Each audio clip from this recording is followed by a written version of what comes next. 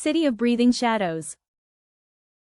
Aiko Ren stepped off the midnight tram and into Kurigane City, where neon lights pulsed like artificial stars.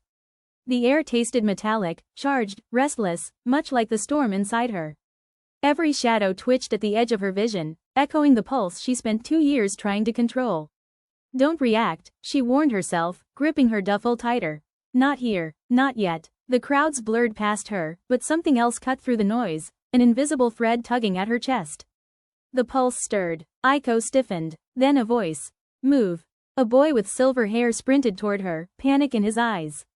Before she could step aside, a beam of red energy ripped the air where she'd been standing. People screamed, scattering. Aiko's breath froze. They found me already? The boy grabbed her arm, dragging her toward a service tunnel. Sorry. He's after me, not you. Probably. That is not reassuring. Aiko shouted back. A masked hunter followed, shadows clinging to him like predators. The pulse surged higher. Her shadow quivered, lifted, reached. No, but it was too late. A towering silhouette of darkness erupted from her feet, shielding them from another blast. The boy stared, stunned. You're like them. I'm nothing like them, Aiko snapped, though even she wasn't sure anymore. The hunter advanced. Aiko swallowed hard. She could run, or she could fight. Make a choice, the pulse whispered. Aiko stepped forward. Chapter 2. The service tunnel trembled as the masked hunter closed in, each step echoing like a countdown. Aiko kept her shadow raised, barely. The pulse burned through her veins, hot and hungry. She could already feel her control slipping. Just a little longer, please. The silver-haired boy pressed his back to a rusted door, pushing with all his weight. This way leads to a service loft, if it hasn't collapsed yet. Aiko's shadow shuddered as another blast struck it. The impact rattled her skull. She gasped. Hurry. The door finally gave, and they stumbled into a dim loft buzzing with generators. Electric blue sparks danced across metal coils, casting harsh, flickering light over their faces. Aiko dropped to one knee, clutching her chest. The shadow sank back into the floor like spilled ink. Hey, are you okay? The boy asked, voice softer now. No, she breathed, but I will be. Before he could say more, a quiet click echoed behind them. A girl stood between the generators, uniform crisp, posture straight, eyes calm as glass. A compact pistol was leveled at Aiko's head. You two caused quite a scene, she said. But I expected that from you, Kairo. Kairo groaned. Of course you found us first. The girl shifted her aim toward Aiko. Aiko Ren, your shadow anomaly, your spectral tendril, is unregistered and highly volatile. By Arclight protocol, you're to come with me. Aiko's pulse spiked. She knows my name? She knows what I am. The ceiling below them cracked. The masked hunter was nearly through. The girl's eyes hardened. Choose now, Aiko. Come with me, or die down here.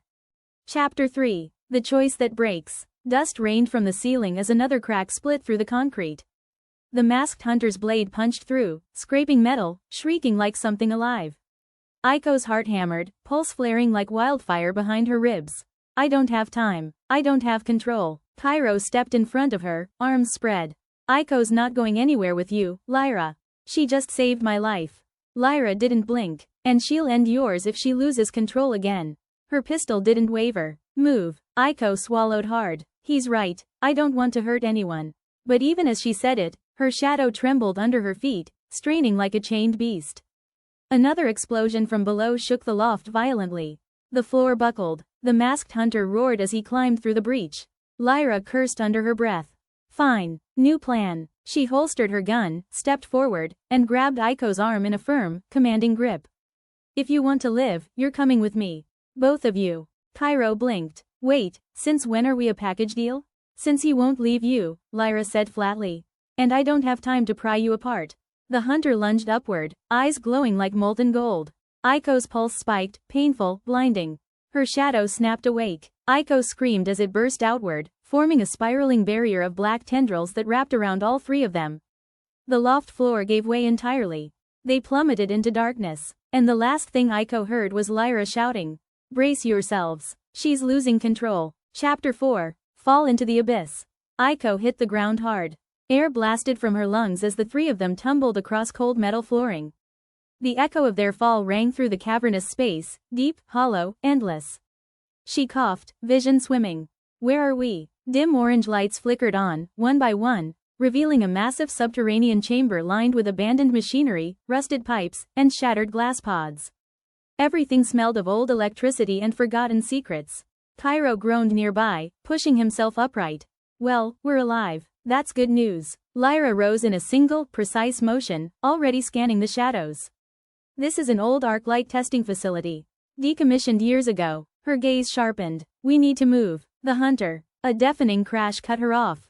The masked figure landed in a crouch only meters away, cloak flaring like wings. Its molten eyes locked onto Aiko. Aiko staggered back. Why is it after me? I don't know anything. The hunter tilted its head, as if studying her fear. Then it whispered, its first sound. Spectral, vessel? Aiko's blood ran cold. Kairo stepped between them again, fists clenched. You want her? You'll have to get through me. Lyra clicked her tongue. Idiot. It will. The pulse flared inside Aiko again, hotter, sharper, desperate. Her shadow oozed outward, taking shape without her command. No, stop, please. The tendrils lifted, aiming not at the hunter, but at Lyra and Kairo. Aiko's heart shattered. I'm going to hurt them. And this time, she wasn't sure she could stop it. Chapter 5. The Monster in the Mirror. Aiko's scream tore through the chamber as her shadow lashed outward, wild, merciless, hungry. Tendrils snapped toward Lyra and Kairo like black lightning. No. Aiko staggered backward, hands trembling violently. Stop. Listen to me. But the pulse didn't listen. It devoured. Lyra drew her pistol in one fluid motion, but a tendril struck first, knocking the weapon from her grip and pinning her to the wall. She choked as the darkness tightened around her chest. Kairo dodged another tendril, barely. Aiko, fight it. You can win. I'm trying. She clutched her head as pain split her skull. It's not mine. The hunter advanced through the chaos, unhurried, as if savoring the destruction. Its golden eyes glowed brighter with every tendril that writhed behind Aiko. Spectral vessel, it whispered again, voice echoing like fractured metal. Your awakening begins. The pulse surged. Aiko collapsed to her knees, shadow ballooning outward in a vortex of darkness. Her reflection shimmered across the glossy floor, eyes glowing violet, hair floating weightlessly, shadow stretching into a monstrous silhouette behind her. That's not me. Kairo sprinted toward her despite the risk, grabbing her shoulders. Aiko, look at me. You're still in there. Her vision blurred. Her shadow roared. The chamber buckled under the force of her power. Aiko felt herself slipping, mind unraveling, sinking into her own darkness. And then, through the ringing in her ears, a new voice whispered. Let me in, and I'll save them. Chapter 6. Echoes of Surrender. Aiko's world fractured as the whisper coiled deeper into her mind. Let me in, and I'll save them. Her shadow's roar drowned Kairo's pleas, tendrils thickening like living ink, crushing the air from Lyra's lungs. No, Aiko gasped, violet eyes flaring. She slammed her palms against the glossy floor, willing the pulse to obey. But the darkness surged back, a tidal wave of hunger.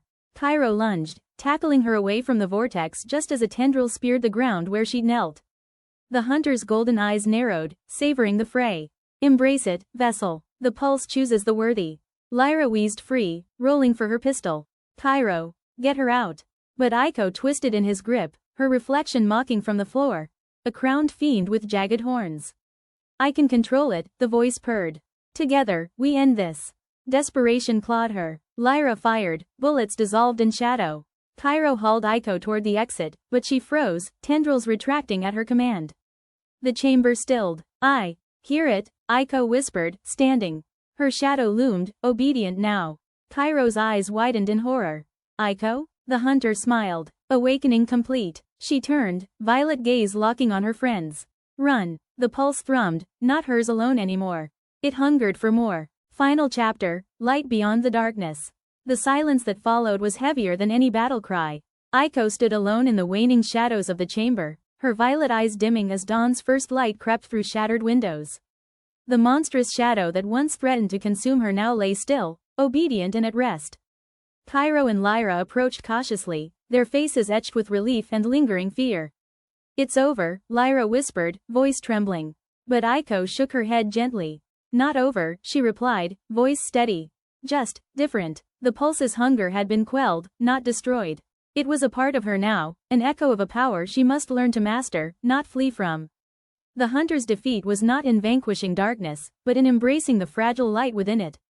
Aiko looked to her friends, a new resolve burning beneath her calm exterior. We have a long road ahead. But together, the shadows won't hold us back. Outside, the world awaited, scarred but ripe with possibility. And as the sun illuminated the ruins, Aiko felt the stir of hope rise in her chest, a promise that beyond every darkness, there lies a dawn. The journey ended here, but a new chapter had only just begun. The end.